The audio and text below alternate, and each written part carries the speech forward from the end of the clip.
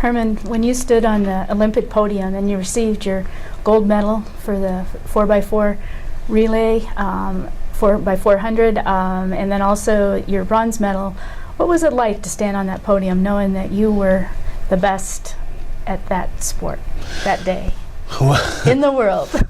Well, a lot of people tell me I was lucky because, as I stated earlier, I didn't start running until I was a senior. I come to Arizona State in 1974, and then in 1976, 2 years later, I'm getting a gold medal and a bronze medal in the Olympics. So that really doesn't happen. You normally hear people say, well, I trained for 20 years, or I trained for 10 years, and I got this medal. Well, I was fortunate to be able to do that. And also, because I had transferred, I was only a junior in college here at Arizona State.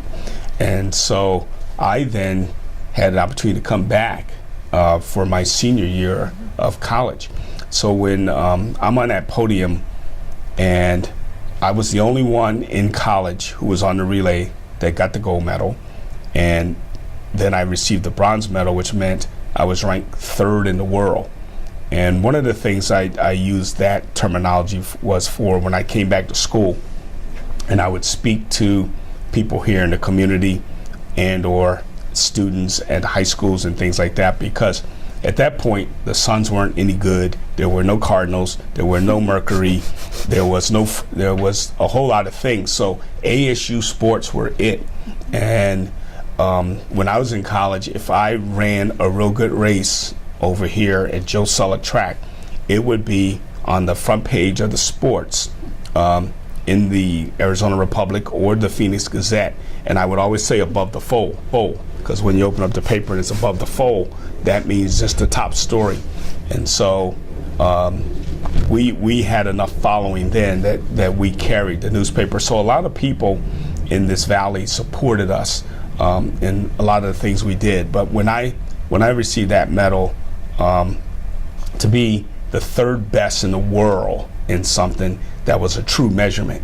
I mean, we could sit here and, are you the third best person in development, or you the third best person in athletics? Actually, I was the best, just so you know. But I mean, at that point, I was, by the world, the third best in the world. And then when you get the gold, you're the best in the world. And so that was pretty cool, to be honest with you. And I felt good for my mom and my dad and everybody else who was influential in my career. And so then, as you know, I came back here for my senior year of college, and we were pretty darn good my senior year, because then we were able to recruit another guy from Pennsylvania, Tony Darden, to come in and run for Arizona State, which then meant that I could change up and run the 100 meters, the 200 meters, the 400 meters, and Tony could run the 2 or the 4. So my senior year, we were national champions.